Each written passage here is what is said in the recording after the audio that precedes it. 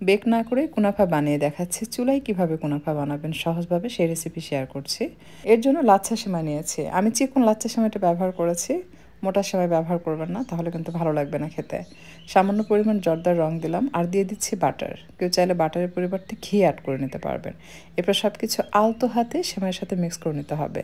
চেপে চেপে সেমাই ভেঙে গুঁড়া করে ফেলবেন না, জাস্ট আলতো হাতে মিক্স করবেন। মিক্স করা হয়ে গেলে চুলা ধরিয়ে হালকা তাপে বসিয়ে অনবরত নেড়েচেড়ে এটার কালার চেঞ্জ হয়ে আসা পর্যন্ত ভেজে নিতে হবে।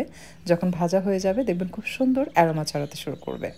চুলা থেকে নামিয়ে আলাদা একটি পাত্রে আমি ঢেলে রাখছি, তা না হলে কড়াইয়ে রাখলে পুড়ে যাবে সেমাই নিচে থেকে। সেম প্যানে কুনাফার ক্রিম তৈরি করব, তাই এটা প্রথমে ভালোভাবে ওয়াশ করে নিতে হবে। আর এটা ওয়াশ করার জন্য আমি ইউজ করছি ভিম রামাদান এক্সক্লুসিভ প্যাক। বাজারে এসছে, প্যাকেটটি দেখতে খুবই সুন্দর, খুবই লিমিটেড স্টকে আছে, তাই দ্রুত কিনে ফেলতে হবে। আর এটা অল্প পরিমাণ দিয়ে হাঁড়ি পাতিল মাজলে একদমই ঝকঝকে নতুনের মতো চকচক করবে। বছরের পর বছর হাঁড়ি পাতিল ইউজ করার পরেও হাঁড়ি পাতিল সবসময় নতুনের মতো দেখায়। কুনাফার ক্রিম তৈরি করার জন্য আমি গুঁড়া দুধ নিয়েছি 1 কাপ, আর সাথে অ্যাড করছি ঘন দুধ। এটা রান্না করে ঘন করে নেওয়া, অর্থাৎ 1 লিটার দুধ জাল করে আমি হাফ লিটার করেছি। এটা 2 কাপ পরিমাণ আমি এখানে অ্যাড করলাম। মিষ্টির জন্য আমি অ্যাড করে দিচ্ছি কনডেন্স মিল্ক 1/2 কাপ। কেউ চাইলে এটার পরিবর্তে চিনিও ব্যবহার করতে পারবেন।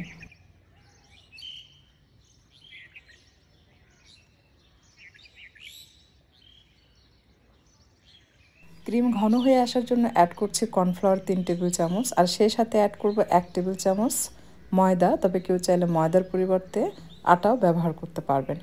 1 চিমটি পরিমাণ লবণ দিয়ে দিলাম। খুব বেশি কিন্তু দেওয়া যাবে না, খুবই অল্প পরিমাণ দিতে হবে। হ্যান্ড হুইস্কের সাহায্যে অনবরত নেড়েচেড়ে এটাকে খুব ভালোভাবে মিশিয়ে নিতে হবে। আর চুলার তাপ মাঝারি থেকে কম রাখতে হবে। যারা নতুন রাঁধুনি তারা চামচ দিয়ে মিক্স করতে যাবেন না, তাহলে ক্রিম কিন্তু দলা পেকে যাবে।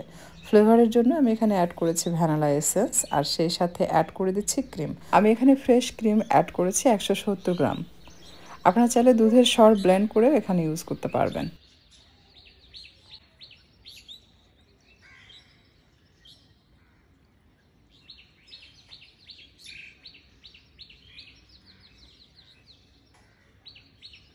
যখন ঘন হতে শুরু করবে সাথে সাথে চুলার তাপ একেবারে কমিয়ে রাখবেন, তা না হলে কিন্তু ক্রিম দলা পেকে আসে। আবার চামচ দিয়ে নেড়েচেড়ে মিক্স করলেও ক্রিম দলা পেকে আসে।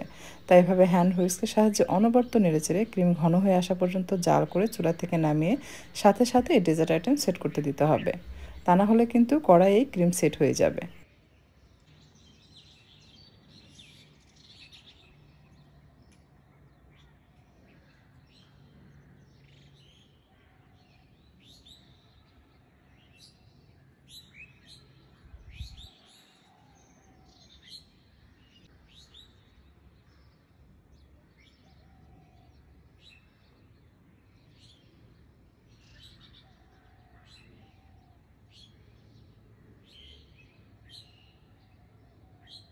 সম্পূর্ণ ক্রিম অ্যাড করে তার উপরে আমি সেমাই দিয়ে এভাবে সুন্দর করে ডেকোরেশন করে নিচ্ছি, এতে করে দেখতে অনেক সুন্দর লাগবে। আর মাঝখানে পেস্তা বাদাম কুচি এবং সাইড দিয়ে আমি কাঠবাদাম কুচি দিয়ে গার্নিশ করে নিচ্ছি।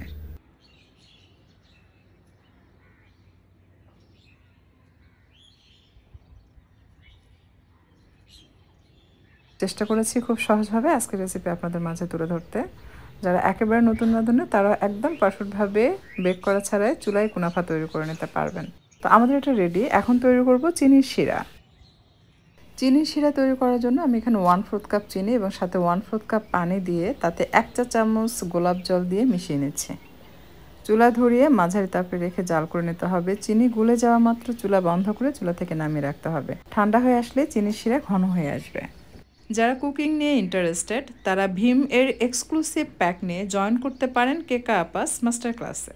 আর এই মাস্টার ক্লাসে জয়েন করতে ইফতার অথবা ঈদের রান্নার পিকচার অথবা ভিডিওর রেসিপি সহ ভীম বাংলাদেশ ফেসবুক পেজে জয়েন করতে হবে। কেকা আপার মাস্টার ক্লাসে জয়েন করে ট্রেনিং নিয়ে নিজেদের স্কিল ডেভেলপ করতে পারবেন। শুধু তাই না, যারা এখানে জয়েন করবেন তাদেরকে ভবিষ্যতে ন্যাশনালি প্রমোট করা হবে। চিনির শিরা ঠান্ডা হওয়ার পর যখন ঘন হয়ে আসবে তখন এই কুনাফার উপরে দিয়ে তারপর পরিবেশন করবেন। আগে থেকে দিয়ে রাখবেন না, তাহলে কিন্তু কুনাফার যে সেমাই সেটা কিন্তু নরম হয়ে যাবে। যখন সার্ভ করবেন ঠিক সেই সময় উপর দিয়ে শিরা দিয়ে পরিবেশন করবেন, এতে করে খেতে অসম্ভব ভালো লাগবে এবং সেমাই ক্রিস্পি থাকবে।